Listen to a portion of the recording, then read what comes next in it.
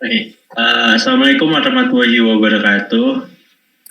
Kami dari tim Final Project kelompok 165 akan memaparkan hasil analisis dari data Departemen Marketing, Sales, dan Produk E-commerce dulu.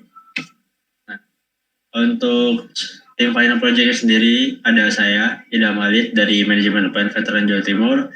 Lalu ada Putri Borusiagian dari Ekonomi Pembangunan Universitas Malikul Saleh, dan Ranya Anjani Hairunisa Johan dari Fisika Universitas Indonesia.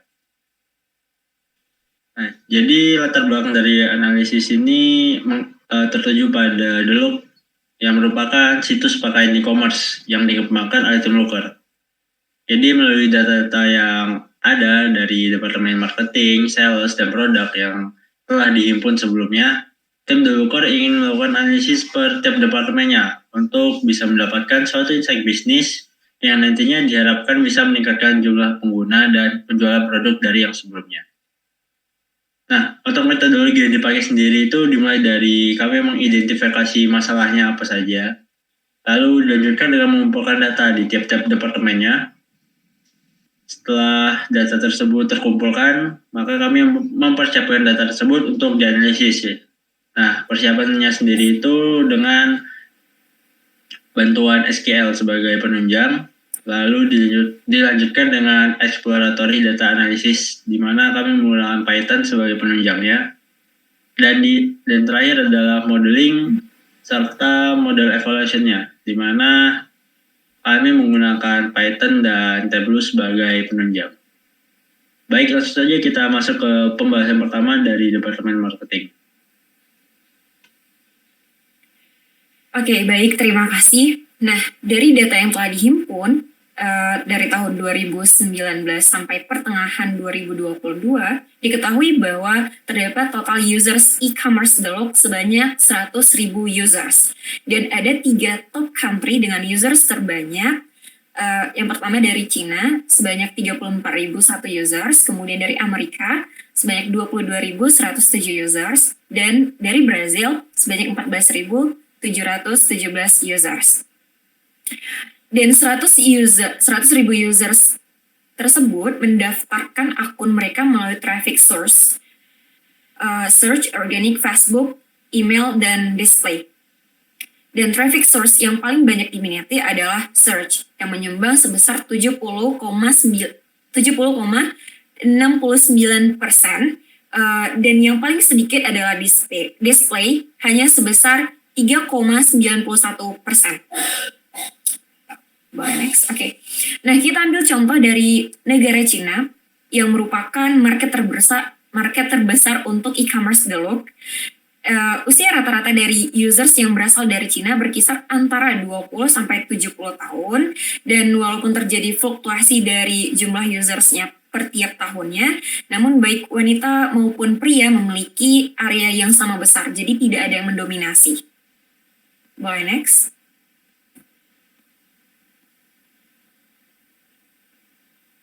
Selanjutnya dari Departemen Sales, kita ingin melihat persebaran jenis kelamin. Selanjutnya dari Departemen Sales, kita ingin melihat persebaran jenis kelamin dari pelanggan Delook.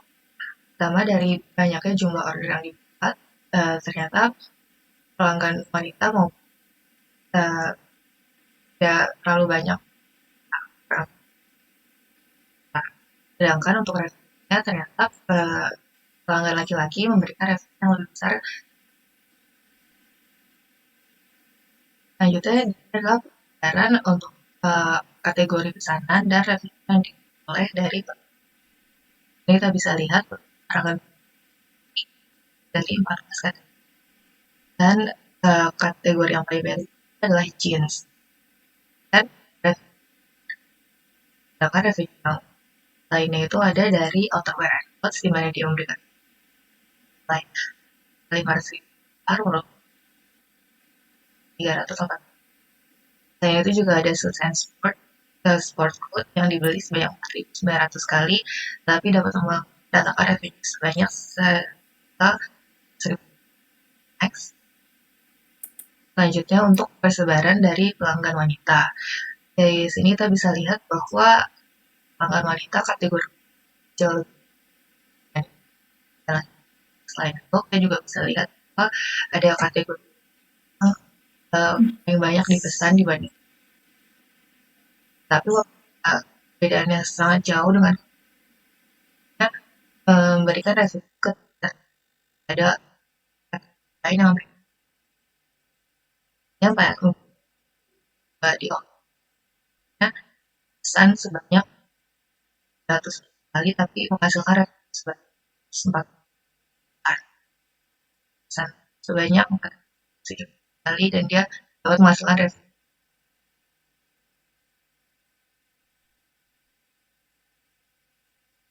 Oke, kita masuk ke persebaran produknya. Jadi dapat dilihat persebaran produk di tiap distribution centernya cukup merata untuk tiap kategori produk.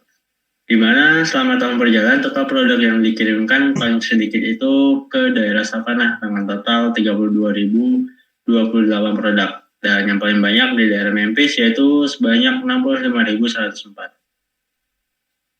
Nah, untuk item yang terjual sendiri dari 26 kategori produk yang tersedia, kategori internet itu termasuk ke dalam kategori dengan penjualan terbanyak selama tahun berjalan dengan total penjualan sebanyak 13.100. Dan kategori dengan penjualan paling sedikit selama tahun berjalannya itu adalah kategori coating sets dengan total penjualan hanya sebanyak 215. Selain itu juga melakukan analisis regresi terhadap cost dengan produk retail price-nya, di mana hasil yang didapat dari setiap cost-nya, hasil yang didapat dari hasil regresi tersebut menunjukkan bahwa setiap terjadi kenaikan pada cost, maka produk retail price-nya itu juga ikut naik, sehingga keuntungan yang didapat pun juga semakin besar. Nah, hal ini dilihat dari profit bersih bulanannya, yang dimana menunjukkan bahwa terdapat kenaikan, walaupun terkadang di beberapa bulan memang terlihat ada penurunan, namun tidak terlalu signifikan. Selanjutnya dari Departemen Sales dilakukan forecasting untuk jumlah user, jumlah order, dan revenue. Kita bisa lihat bahwa untuk kuartal kedua tahun 2023 hingga tahun, dan dari kita bisa lihat setiap bulan apabila dibandingkan nilainya dari tahun 2021 dengan di tahun bisa lihat maka